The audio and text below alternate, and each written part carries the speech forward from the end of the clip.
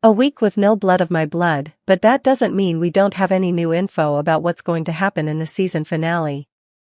Starz released a preview last week and I did a breakdown of that. However, there is also a brand new one that I discovered on Outlander's Facebook page. It features brand new scenes, such as Ellen on her wedding day. I will also go into a more detailed look at some of the things we saw last week, some Easter eggs, and confirmation about something we had all guessed, Ellen and Brian running away together.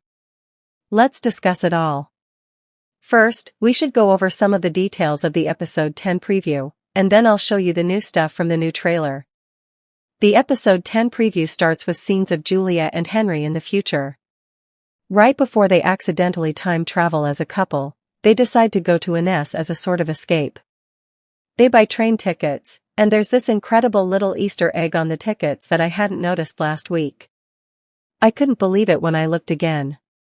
If you look closely, the ticket numbers literally say 1714, which is, as you know, the year they end up traveling to.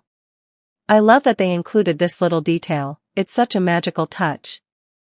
Another thing worth talking about regarding Julia and Henry's scenes in the trailer is that, for the first time, we will see Claire and Uncle Lamb together when she was 5. We've seen and loved the grown-up version of Claire in Outlander, but seeing her as a child excites me so much. And since we never got much information on Uncle Lamb, I'm also curious to see what kind of person he is. If you didn't know, episodes 9 and 10 are both written by Diana Gabaldon. So the dialogue will be especially important and emotional. As we discussed last week, there are also a few men following Brian. Numerous of you offered opposing viewpoints regarding the possibility that they were sent to kill him in the comments. My theory was that it was Colm, because when he promised Ellen that he wouldn't touch or order anyone to kill Brian, he added something like, "from this point onwards." That was such a sneaky little line. I feel like he had already ordered these men to kill Brian, which is why he could easily promise he wouldn't later on. Some of you suggested it could be Simon Fraser after that horrible scene in episode 9, although I don't think Simon or anyone at that time would kill their own son. Another theory was that it could be Uncle Grant, who might have learned about Ellen's love for Brian, but we have no evidence of that. It could even be Dougal, since he already knew his sister was in love with Brian. But I feel like Dougal would have handled things himself, since he's such a warrior character. I can't imagine him ordering someone else to kill Brian, though it is possible. Additionally, Brian and Murtaugh's discussion of what to do about Ellen's situation is expanded upon in the trailer. It's obvious that Brian will stop the wedding before it happens, or steal the bride before she's promised to Malcolm Grant. Episode 10 is titled Something Borrowed.